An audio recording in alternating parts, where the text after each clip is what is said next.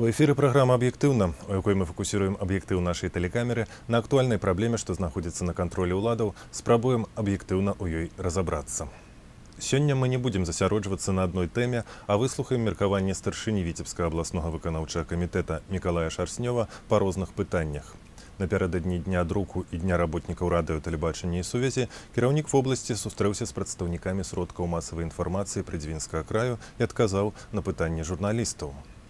Вашай увазе відэаверсія асноўных момантаў прэс-канферэнцыі старшыні аблвыканкама. Перад пачаткам прэс-канферэнцыі Мікалай Шарснёў уручыў узнагароды пераможцам абласнога конкурсу СМІ па выніках работы ў 2018 годзе. Адзначаны лаўрэаты прэміі імя Францыска Скарыны сярод друкаваных сродкаў масавай інфармацыі і прэміі «Віцязь» сярод электронных. Сярод узнагароджаных калектыў тэлерадыёкампаніі «Віцебск». Разам з калегамі з пастаўскага тэлебачання наша кампанія названа пераможцай у намінацыі «Лепшая тэлепраграма Віцебскай вобласці». На прэс-канферэнцыі журналісты задалі кіраўніку вобласці больш дзясятка пытанняў на розныя тэмы. Адказваючы на пытанні аб далейшых планах па ўзбуйненні сельгасвытворчасці, Мікалай Шарснёў адзначыў. С моим приходом мы начали 4 года назад вести разговор о создании крупных сельскохозяйственных предприятий. Это моя политика была, моя стратегия. Я определенно четко понимал, что я делаю, и твердо был убежден в успехе. Потому что только централизовав выручку, капитал, можно сегодня конкурировать на внутреннем и внешнем рынке. Да, на сегодняшний день, слава Богу, уже и политика государства в этом вопросе, она как раз-то в этом направлении двигается. Есть документ, директива президента Республики Беларусь за номером 6, где четко одним из пунктов прописано создание крупных кооперативно-интеграционных формирований, агрохолдингов с участием организаций, перерабатывающих сельскохозяйственную продукцию. Это дорожная карта. Сегодня есть четкая стратегия развития сельского хозяйства. И мы идем, Витебщина, в соответствии с этой стратегией. Мы сделали первый шаг. Указ 320 дал возможность на начальном этапе объединить небольшое количество хозяйств, это порядка 30, объединив их с нашими промышленными предприятиями молочной и мясной переработки. В итоге порядка 80 тысяч гектаров пашни подконтрольно заводом получилось. А на сегодня уже мы прошли путь, и мы работаем в этих формированиях, условных пока. Вот мы готовим сейчас указ, который будет на выходе, который позволит нам узаконить и привести в соответствие все наши формирования. Но мы уже работаем в формированиях подконтрольной территории 450 тысяч гектаров пашни. То есть всего в области 800 гектаров пахотных земель. Половина уже обрабатывает 4 интеграционных структуры. Витебщина всегда последней заканчивала яровой сев. В этом году мы лидируем. Хотя мы вошли в поля гораздо позже, чем южные регионы. А сегодня мы уже завершаем в лидерах за счет организации работ, за счет того, что выработка сегодня на трактор, на единицу, гораздо выше, в разы. Но маленькое хозяйство приобрел новый трактор, неделю поработал, поставил, он стоит. А сегодня техника работает круглосуточно практически. Поэтому за формированиями крупными будущее, самое главное, через эти формирования мы должны, это задача номер 1, я себе ее ставлю, за 5 лет осовременить сельское хозяйство целиком. От молочно-товарных ферм, свинокомплексов до поля. Создать условия, чтобы работала молодежь. Другого не дано. Потому что та динамика, которая происходит в сельском хозяйстве, кадровая, мы видим, что практически население останется скоро вообще рабочей силой. А условия населения непривлекательны. И молодежь сегодня, к сожалению, в те условия не хочет идти работать. Значит, мы должны создать условия, мы должны сформировать заработную плату, мы должны предложить молодежи сегодня и детский сад, и школу, и спортивный зал, и бассейн, и музыкальную школу. Где это будет? В городе, в крупном поселке. Это уже не столь важно. Но человек будет работать на селе. Тот, который хочет работать на свежем воздухе, в хороших условиях, в хорошем тракторе, на хорошем производстве. Вот наша задача сделать таким село, чтобы оно стало совершенно новым и соответствовать 21 веку. Прагучала на прэс-канферэнцыі пытанне аб змяненні падыходаў да падрыхтоўкі кадраў для эканомікі в области. Времена меняются, производство осовременивается, а образование немножко отстало. Вот мы хотим быстрее сейчас наверстать, а наверстать можно только через целевых обучающихся. Когда каждый руководитель предприятия, промышленного, любого другого знает, что мне нужно в этом году 10 человек, в следующем 20, через год 30. Я набираю ребят этих, я обучаю. И основная проблема – это сельское хозяйство. В вузах мы идем также через целевиков. Кстати, в директиве 6 тоже обозначено, что нужно льготировать прием ребят сельской местности в сельскохозяйственные вузы по упрощенной схеме, то есть дать возможность целевикам сегодня поступать в вузы и распределяться непосредственно туда на село. Исходя из аналитики нашего вуза, Академии ветеринарной медицины, мы видим, к сожалению, что как раз-то 70% ребят поступает с города, 30% только с села. Но 30, которые с села и возвращаются в село, а городские практически растворяются. Никто в село не идет. Но как бы мы ни меняли подходы, я должен вам сказать, что задача номер 1, и мы ее параллельно выполняем, нужно создать условия там, внизу, на производствах, чтобы студент, поступая в вуз, видел, куда он вернется, что там сегодня хорошая заработная плата, что созданы идеальные условия для работы, что твой труд уважаем. Вот именно и с этим и завязаны, опять же, интеграционные структуры, крупное формирование. Маленькие хозяйства, они сегодня обречены. Нет условий, нет возможности платить достойную зарплату, соответственно, туда не идут сегодня специалисты. Поэтому, начиная от практики, в лучших хозяйствах создан перечень определенный, до распределения только в лучшее хозяйство, не в худшее, дабы не потерять сегодня специалистов. И я думаю, что на сегодняшний день уже многое в этом плане сделано. И даже те движения наши по заработной плате, мы в прошлом году приняли решение по механизаторам увеличить практически в 3 раза, животноводы, ветеринарные специалисты, зоотехнические специалисты, то же самое, в 3 раза увеличили заработную плату. Как результат, я не скажу, что мы, конечно, свершили что-то, но при распределении, ректор мне доложил, нашей ветеринарной академии, все ребята со всех регионов просились оставить их в Витебской области. То есть мы сделали какой-то задел для того, чтобы молодежь оставалась. Поэтому вот масштабно, в комплексе, глобально нужно решать эти все абсолютно вопросы кадровые. И многое уже здесь получается. У гэтым годзе лепшых хлебаробаў вобласці на дажынкі запросіць Браслаў.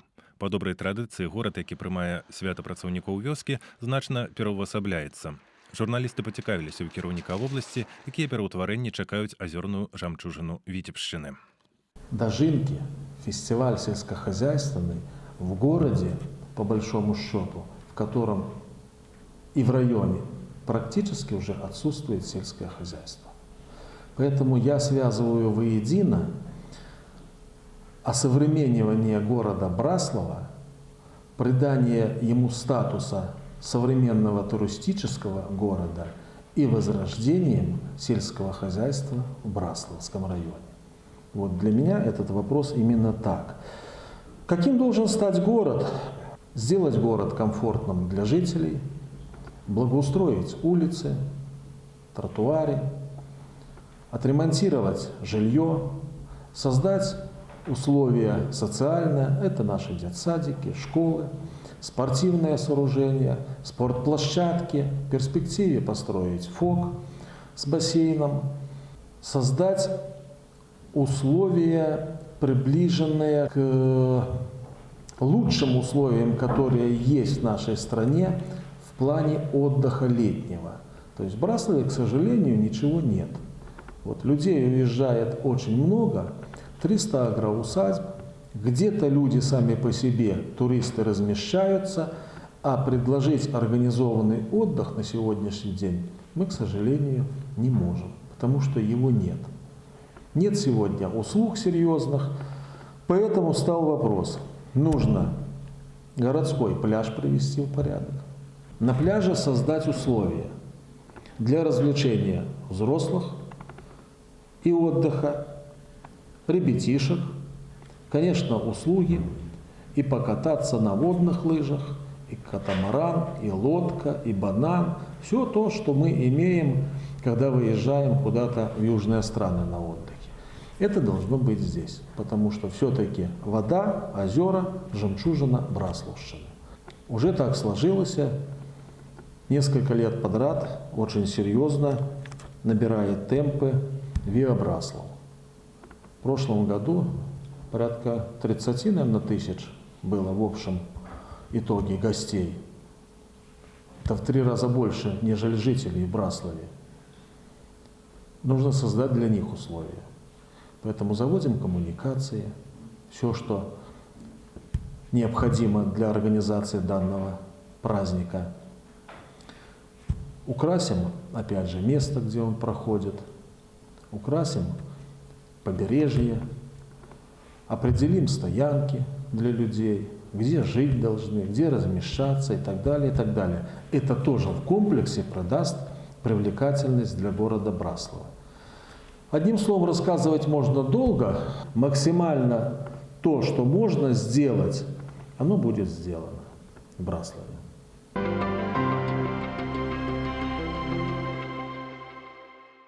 Аршанскі раён сёння пад асаблівай увагай. На ім апрабоўваюцца новыя падыходы стымулявання эканамічнай актыўнасці. Падпісаны спецыяльны ўказ аб развіцці Аршанскага раёна. Журналісты спыталі ў старшыні аблвыканкама, што яшчэ, на яго погляд, неабходна для надання дынамікі станоўчым пераўтварэнням. Орша, много ни мало, более 100 тысяч человек в городе, там порядка 115, наверное. Когда посмотрели, а сколько же задействовано в производстве, то цифра просто не просто напрягает, а ужасает. Так а где же все остальные люди? Почему не задействовано в производстве? Кто-то работает в России, кто-то уехал, но создав льготы, мы хотим прежде всего то, что государство строит, делает крупное промышленное производство, сельскохозяйственное, это мы взяли на себя. Но мы хотим расколыхать народ, чтобы вот потенциал людей, ведь более 100 тысяч, это рабочие руки, которые должны сегодня создать производство, чтобы аршанцы сегодня смелее двигались в бизнес, в малый бизнес, в средний бизнес, создавали предприятия в сфере услуг. Вот представьте, что такое районный центр 5000, ну как там сложно создать предприятие, чтобы оказывать какие-то услуги, и где более 100 тысяч человек проживает. Можно же создать. А вот почему-то особо такого рвения нет. Хотя, конечно, движения пошли, движения очень серьезные. Но пройдет немало времени, покуда мы получим результат. Прэс-канферэнцыя ладзілася напярэдадні дня перамогі. У краіне праходзіць акцыя «Беларусь памятае». Журналісты папрасілі кіраўніка вобласці расказаць, якімі ўспамінамі аб вайне дзяліліся з ім родныя і блізкія. Из рассказов родителей вот в памяти очень четко отпечаталось, какой ужасный был голод во время войны. Когда действительно по полю где спахано снарядами все, 20-градусный мороз, это вот отец рассказывал, собирали мерзлую картошку, капусту гнилую, ну, для того, чтобы хоть что-то сварить и как-то жить. Вот это в памяти очень здорово, оно врезалось, и уже с позиции сегодняшнего возраста, я понимаю, может быть, это как-то наложило и отпечаток и на отца, почему он с такой вот самоотдачей занимался производством продукции сельского хозяйства. То есть он был звеньевым по выращиванию картофеля все годы, зерновыми занимались. То есть это самоотдача от темна до темна. И вот эти детские воспоминания, конечно, они, наверное, в какой-то степени повлияли, может быть, даже и на меня. Мікалай Шарснёў нарадзіўся і вырас на Аршаншчыне. Малая радзіма ў жыцці кожнага чалавека мае асаблівае значэнне, а лепшыя ўспаміны заўсёды звязаны з дзяцінствам. Весело жили, счастливо жили. Молодежи было много, общение было добродушное, соседи дружили, помогали друг другу все. Ответственность была совершенно другая. Вот даже ребятишки мы, но если мать сказала что-то сделать или отец, это было свято. Была ответственность. А вот ответственность была, я теперь уже понимаю, потому что было уважение к родителям. Бывает, часто хочется и побывать на родине, и пообщаться, и бываю. Ну и еще скажу одно. То, что десятилетиями не делалось, но руководители стремились где-то дорогу построить, где-то водопровод привести, где-то мост сделать. Вот хотелось бы сегодня наверстать то упущенное и как бы историческую справедливость восстановить, что да, хотели, но не получилось. Но сегодня, учитывая, что и мир поменялся, и возможности поменялись, и у нас на Витебщине, вот это хотелось бы сделать все, чтобы тем, кто остался на родине, неважно, что я там многих уже не знаю, но чтобы это было сделано.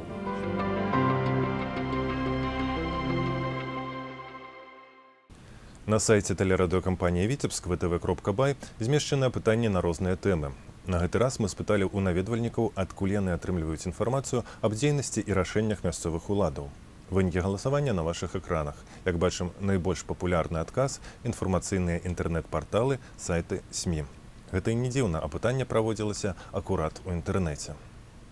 На сайце ТРК можна таксама знайсці тэмы бліжэйшых выпускаў нашай перадачы.